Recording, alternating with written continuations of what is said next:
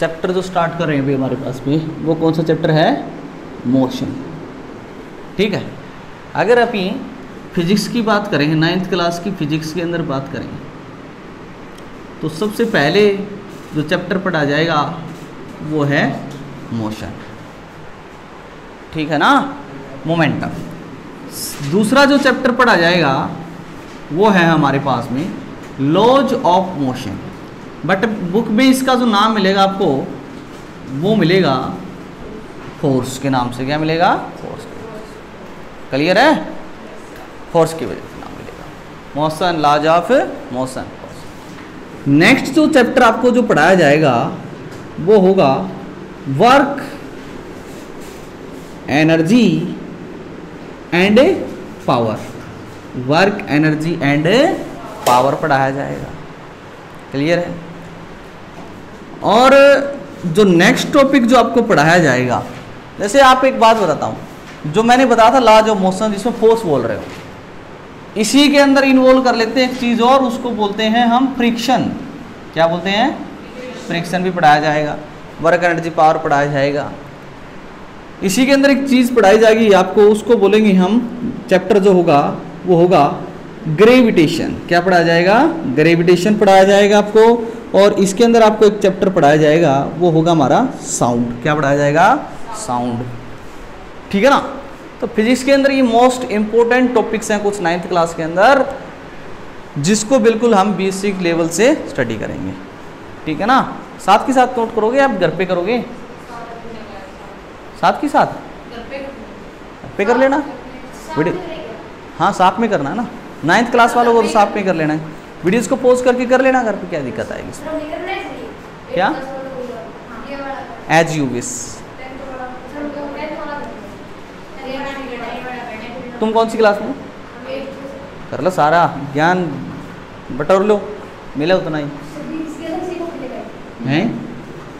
अलग कापी अलग लगा लियो, सही है। चलो, तो मर्जी है एज यू विश। वीडियोस में कर लेना, अपना काम अच्छा निकलेगा। हाँ हाँ हाँ हाँ, कर लो, अब समझ लो आप। हम स्टार्ट कर रहे हैं साइंस की ब्रांच, जिसको आप बोलते हो physics. This is the loving branch of science. Loving branch of science, ये बहुत ही लविंग ब्रांच साइंस है, ब्रांच है, जो किस चीज़ को डील करने वाली है? किस चीज़ के बारे में स्टडी करने वाले हो आप? नेचर एंड, हाँ, जिसके अंदर मतलब इन विच हम सब मिलकर we have to study of nature, study of God and God के कुछ फिनोमिनास।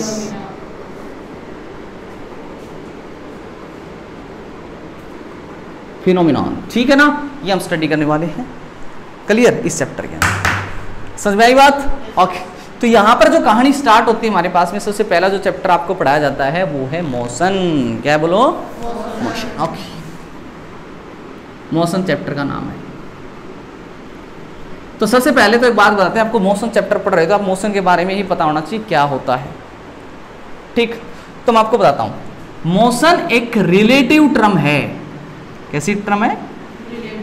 एक रिलेटिव टर्म है।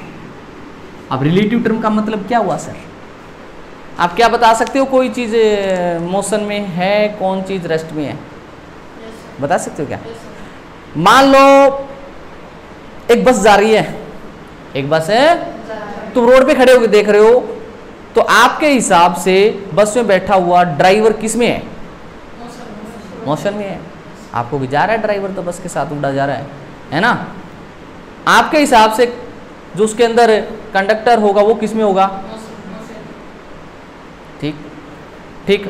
कोई पैसेंजर बैठा, वो भी मोशन। सब पैसेंजर आपके हिसाब से किस में है? बट बस में बैठे हुए पैसेंजर के रिस्पेक्ट में, मतलब पैसेंजर ने ड्राइवर को देखा, तो ड्राइवर पैसेंजर के हिसाब से किस में थे? किस में थे? रेस्ट में थे। हमें तो दिखता है कि भाई ठीक है, जा रहा ड्राइवर, भाग गया। क्या पैसेंजर को भी ऐसा लगता है कि ड्राइवर जा रहा है? उसको तो ऐसा लगेगा हमारे साथ में बैठा हुआ है।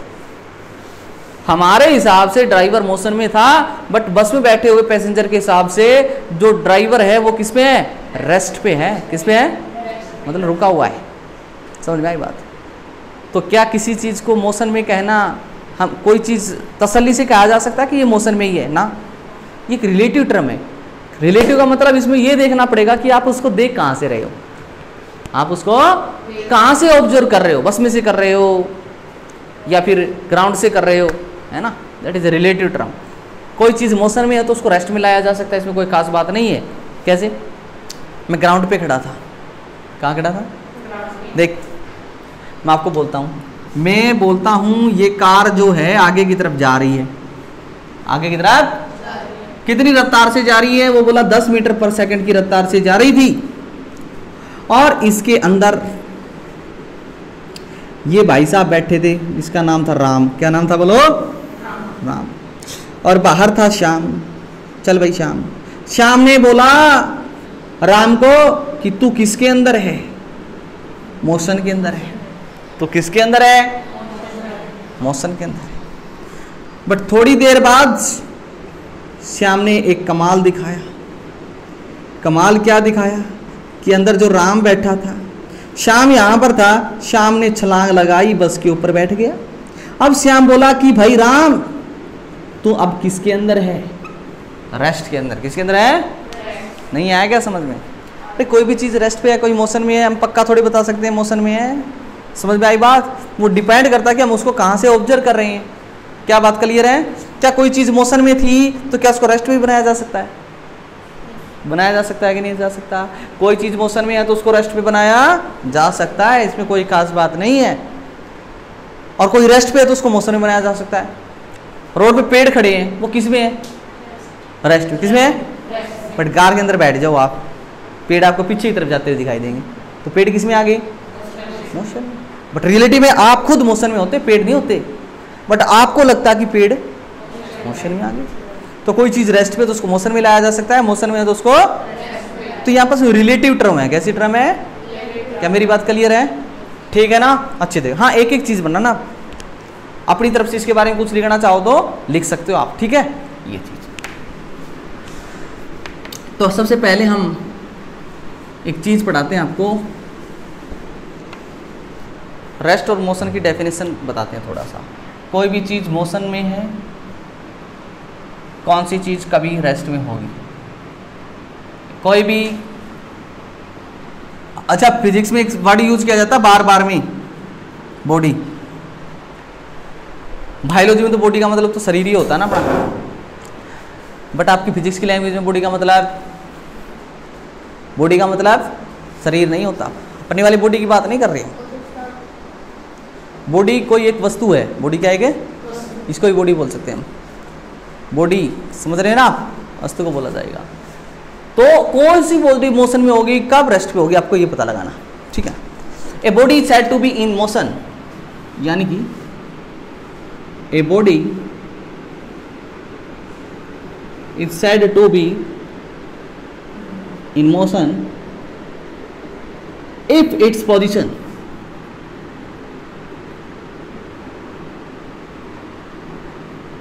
changes with respect to frame of reference। Frame of reference क्या होता था? जहां से बैठ के आप किसी चीज को ऑब्जर्व कर रहे हो। ठीक है ना? Frame of reference. जैसे मैं आपसे बोलूं रौनक तेरे से मेरी डिस्टेंस कितनी है? 2 मीटर। कितनी है? 2 मीटर। तुम्हारा क्या नाम है? जैसे हिमांशी। तेरे से कितनी डिस्टेंस हो सकती है मेरी? बोल, अंदाजा बोल दे। 2 ही होगी या ज़्यादा होगी? कितनी होगी? मान ले 5 मीटर। कितनी है? ये 2 मीटर बोल रहा, तू 5 मीटर बोल रही है। कौन सही है? कौन सही है? दोनों ही सही है। फिर अलग अलग क्यों रीडिंग दे रहे हैं? क्योंकि दोनों का क्या अलग अलग है? Frame of reference. दोनों का क्या अलग अलग है? इसका फ्रेम ऑफ रेफरेंस यहाँ पर, उसका वहाँ पर है। समझ रहे हैं ना? मतलब फ्रेम ऑफ रेफरेंस, जैसे मान लो रौनक यहाँ पर है, तुम वहाँ पर हो, मैं तुम्हारी तरफ आ रहा हूँ, तो तुम कहोगे सर आ रहे हैं और ये कहीं सर जा रहे हैं, क्योंकि फ्रेम ऑफ रेफरेंस चेंज हो गया। फ्रेम ऑफ रेफरेंस वो जगह होती है जहाँ से बैठ के आप किसी भी चीज़ को ऑब्जर्व कर रहे हो। समझ में आई बात? तो फ्रेम ऑफ रेफरेंस के रिस्पेक्ट में, यानी कि फ्रेम ऑफ रेफरेंस के हिसाब से अगर किसी बॉडी की पोजीशन चेंज हो रही है, क्या चेंज हो रही है? पोजीशन चेंज हो रही है, तो वो किस में है? क्या रौनक तेरे हिसाब से, तेरे तू फ्रेम ऑफ रेफरेंस ये मान लो कि इसके हिसाब से मेरी पोजीशन चेंज हो रही है? हो रही है क्या? नहीं हो रही ना? हो रही है क्या? बोलो नहीं हो रही। ठीक है ना? इधर आओ, इधर खड़ी हो, आगे यहीं पे खड़ी रहना। ठीक है, रौनक तू भी खड़ा हो, तू इधर आ जा, इधर आ जा, तू इधर आ जा। ठीक है, अब तेरे हिसाब से मेरी पोजीशन चेंज हो रही है क्या? नहीं हो रही है ना? उधर उधर ही खड़ा हो जा, वही खड़ा हो जा, तेरी जगह खड़ा हो जा बस तू। तेरे हिसाब से मेरी पोजीशन चेंज हो रही है क्या? नहीं हो रही। तो मैं किस में हूँ? तेरे हिसाब से मेरी पोजीशन चेंज हो रही है क्या? क्या नाम है? श्रुति। चेंज हो रही मेरी पोजीशन? कहाँ हो रही है? मैं तो खड़ा हूँ, किस में हूँ मैं? रेस्ट में। किस में हूँ? रेस्ट में। अब बोल, अभी मैं क्या करता हूँ कि मैं ऐसे खड़ा था, अब मैं चल रहा हूँ। क्या तेरे हिसाब से मेरी पोजीशन चेंज हो रही है? तो मैं किस में आ गया? तेरे हिसाब से चेंज हो रही थी क्या? यस, ठीक हो रही थी। अब एक बात था, श्रुति और मेरे बीच की डिस्टेंस मान लो 1 मीटर है। कितनी है? 1 मीटर। मैं चलूंगा, मेरे साथ साथ में चलना है। ठीक है, चल मेरे साथ साथ में चल। क्या रौनक तेरे हिसाब से मेरी पोजीशन चेंज हो रही है? हो रही है ना? क्योंकि पहले दूर था 2 मीटर, अब 1 मीटर ही बच गई डिस्टेंस। और अब श्रुति तेरे और मेरे बीच में डिस्टेंस चेंज हुई क्या? पोजीशन चेंज नहीं हुई थी ना? यहाँ पर भी 1 मीटर थी और वहां पर गए तो भी 1 मीटर। तो तेरे हिसाब से मैं किस में था? रेस्ट में। ऐसा ही है, मतलब जैसे कि बस के अंदर 2 पैसेंजर बैठे हुए थे, चल तो रहे हैं दोनों, बट एक दूसरे के हिसाब से वो केस में है? रेस्ट में। कौन नहीं आएगी बात समझ में? बैठ जाओ। तो एक टर्म होती है रेस्ट, दूसरी टर्म होती है motion. Clear? Frame of reference के हिसाब से अगर किसी भी बॉडी की पोजीशन चेंज हो रही है तो वो किस में होती है? मोशन में होगी बॉडी। और a body is said to B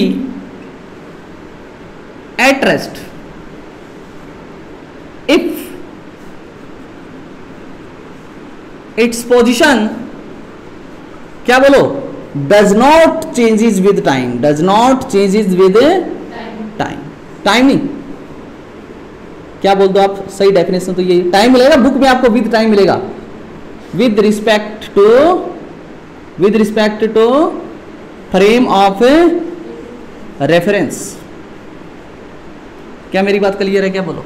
frame of reference, time के साथ नहीं। समझ में आई बात? फ्रेम ऑफ रेफरेंस के हिसाब से अगर पोजीशन चेंज नहीं हो रही है तो रेस्ट पे हो आप, अदरवाइज किस में हो? मोशन में। क्या मेरी बात क्लियर है? कौन मोशन में है और कौन रेस्ट में? बिल्कुल आसानी से देख सकते हैं। क्लियर है भाई? ओके, आगे देख। ये मोशन को डिफाइन किया हमने और रेस्ट को डिफाइन किया। कोई भी चीज़ मोशन में है तो किसी दूसरे के हिसाब से वो चीज़ रेस्ट में भी हो सकती है, ऐसा कोई ज़रूरी नहीं है। ठीक है ना? उसके बाद हम यहाँ पर पढ़ने वाले हैं नेक्स्ट टर्म, उसको बोलेंगे फिजिकल क्वांटिटी। क्या बोलेंगे? फिजिकल। और ये मैंने अभी थोड़ी देर पहले बताया था पिछली क्लास में क्वांटिटीज़ के बारे में, वही चीज़ और कुछ अलग से चीज़ नहीं है। तो ये क्या होती है? फिजिकल क्वांटिटीज़ वो क्वांटिटीज़ होती हैं which can be measure. Which can be measure, जिसको आप क्या कर सकते हो? मेजर कर सकते हैं, माप सकते हैं। बोलो क्लियर है ना? क्या कर सकते हैं? मेजर। ठीक है, ओके। एग्जाम्पल बोलो, एग्जाम्पल बोलो। क्या ये एक फिजिकल क्वांटिटी है? नो, फीवर एक फिजिकल क्वांटिटी नहीं, इसको नहीं मापा नहीं जा सकता। डॉक्टर क्या मापता है हमारी बॉडी का? टेम्परेचर। फीवर नहीं मापता वो, तो ये फिजिकल क्वांटिटी नहीं है। अब मैं तुमसे दूसरी बात करता हूँ, टेम्परेचर क्या एक फिजिकल क्वांटिटी है? यस, माप सकते हैं टेम्परेचर को। क्या आप किसी चीज की लेंथ को माप सकते हो? माप सकते हो क्या? यस।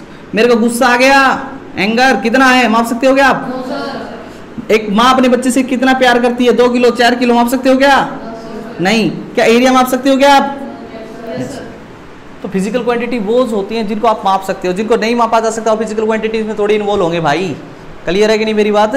ठीक, ओके। तो ये थी फिजिकल क्वांटिटी। फिर उसके बाद मैंने यही बताया था कि फिजिकल क्वांटिटी 2 तरीके की होती है। कौन कौन सी बोलो? एक वेक्टर और एक आपके पास में जो फिजिकल क्वांटिटीज होती हैं वो 2 तरीके की होती हैं। पहली होती है स्केलर तो दूसरी होती है स्केलर वो क्वांटिटी होती है जिसके पास ओनली मैग्नीट्यूड होता है, और वेक्टर वो होती है जिसके पास मैग्नीट्यूड भी होता है, प्लस में डायरेक्शन भी होता है। मैग्नीट्यूड का मतलब मैंने बताया था, ठीक। एक बच्चे ने अपना वेट मापा, उसका वेट पाया गया 50 किलोग्राम, तो ये 50 जो लिखा हुआ है ये इसके वेट का मैग्नीट्यूड है। वेट का क्या है? मैग्नीट्यूड। अच्छा, तो केजी क्या है? यूनिट। क्या है? अच्छा, वेट क्या है? क्वांटिटी। वेट क्या है? अच्छा, मेरी बात क्लियर है? वेट क्या है?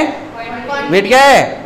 ओहो, तो क्वांटिटी क्यू से लिख देते क्वांटिटी को। तो क्वांटिटी को लिखने का तरीका क्या होगा? फॉर्मूला हो गया हमारे पास में क्वांटिटी को लिखने का, क्या बोलो? मैग्नीट्यूड इंटू में यूनिट। मैग्नीट्यूड इंटू में, क्या मेरी बात क्लियर है?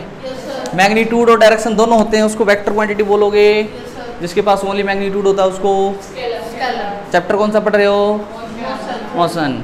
तो मोशन को, फॉर अंडरस्टैंडिंग ऑफ मोशन को समझने के लिए हमारे पास कुछ फिजिकल क्वांटिटीज हैं जिसको समझना बिल्कुल ज़रूरी है। यहाँ पर सबसे पहली आएगी, उसको बोलते हैं डिस्टेंस। क्या होती है? दूसरी जो चीज़ होती है उसको बोलते हैं डिस्प्लेसमेंट। क्या बोला जाता है? डिस्प्लेसमेंट। फिर हम पढ़ेंगे जैसे एक्सेलरेशन। क्या पढ़ेंगे? एक्सेलरेशन पढ़ेंगे, स्पीड पढ़ा जाएगा और वेलोसिटी पढ़ी जाएगी। ये टर्म्स हमें आनी चाहिए पूरे मोशन के अंडरस्टैंडिंग के लिए। आज इतना ही रखते हैं बेसिक में छोटा सा, ठीक है? कल करवाएंगे आपको ज़्यादा। क्लियर है ना? आज इंट्रोडक्शन में इतना ही करवाते हैं, बाकी आप कल थोड़ी सी लंबी क्लास ले लें, ठीक है क्या भाई? ठीक है ना? और एक बात और है अपने पास में, अपने 9th क्लास और 10th क्लास की वीडियोस आपको एक चैनल पे और मिल जाएंगे। उस चैनल पर पढ़ाता हूँ मैं, अनिल आदर्श क्लासेज के नाम से। देखा है क्या कभी? देखा था तुमने? कब देखी? अच्छा, अनिल आदर्श क्लासेज के नाम से है, यानी कि आप फिजिक्स बाय अनिल वर्मा डाल सकते हो आप।